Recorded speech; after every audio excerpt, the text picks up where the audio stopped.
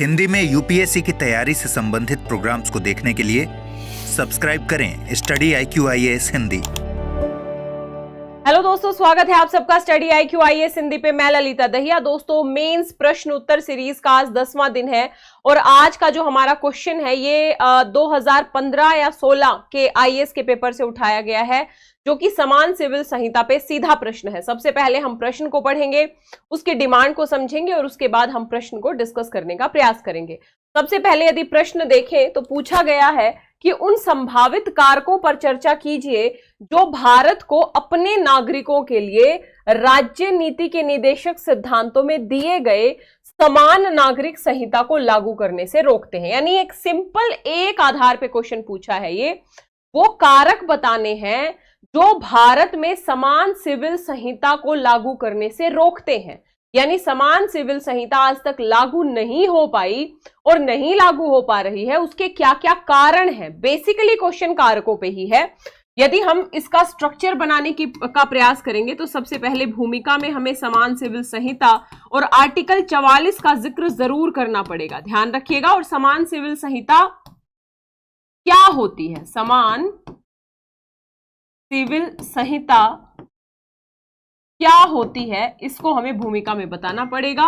और ये आज तक लागू नहीं हो पाई, उसके कारण बताने पड़ेंगे।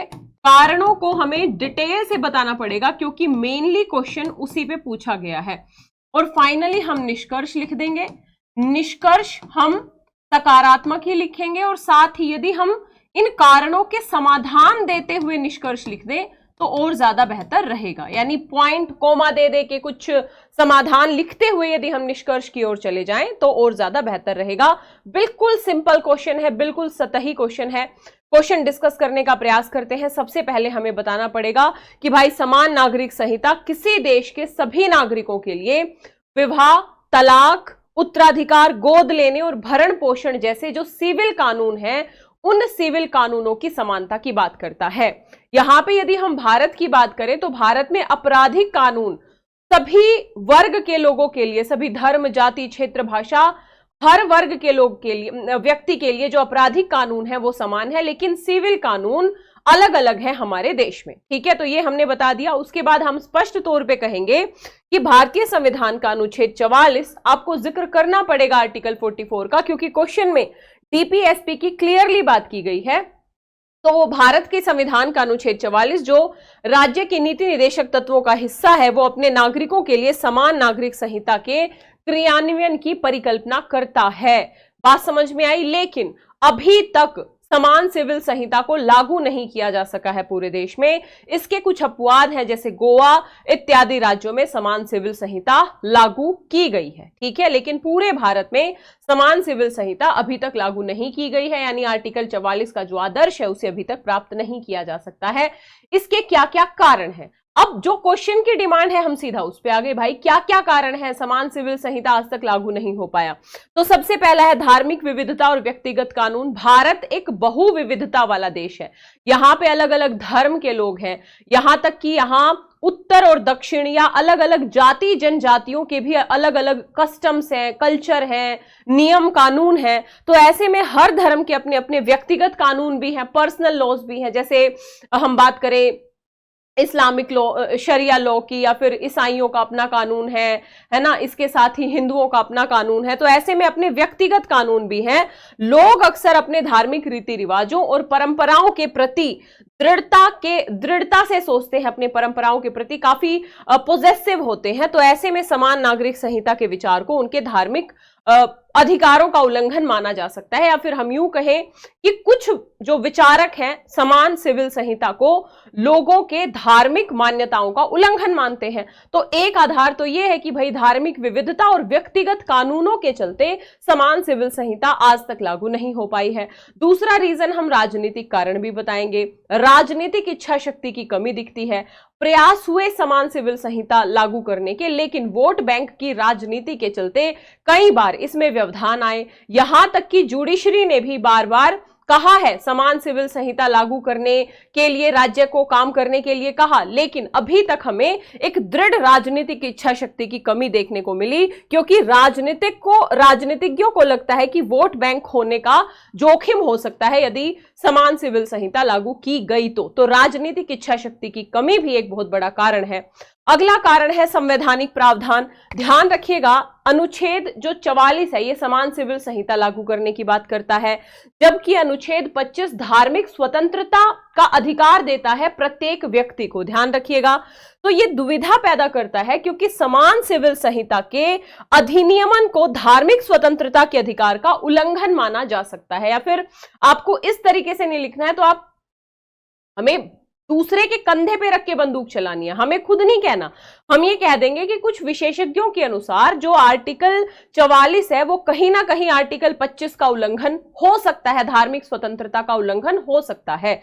तो ये भी एक बहुत बड़ा विवाद है, यानी जो संवैधानिक प्रावधानों में जो कंट्राडिक्शन है आर्टिकल 44 वर्सेस आर्टिकल 25, ये भी अपने आप में एक विवाद है, जिसके चलते समान सिविल संहिता लागू नहीं हो पाई। फिर बहुसंख्यकवाद का डर। ध्यान रखिएगा, एक ऐसा देश जहां पे बहुसंख्यक वर्ग के कानून या नियम को मान्यता दी जाए और अल्पसंख्यक वर्ग के कानूनों को या फिर जो उनके पर्सनल लॉज हैं उनको दबाया जाए, तो ऐसे में बहुसंख्यकवाद के डर का अंदेशा भी कई विशेषज्ञ एक तरीके से संदेह जताते हैं। भारत में अल्पसंख्यक समुदाय समान नागरिक संहिता को बहुसंख्यक समुदाय के मानदंडों और मूल्यों के थोपे जाने के तौर पे देखता है।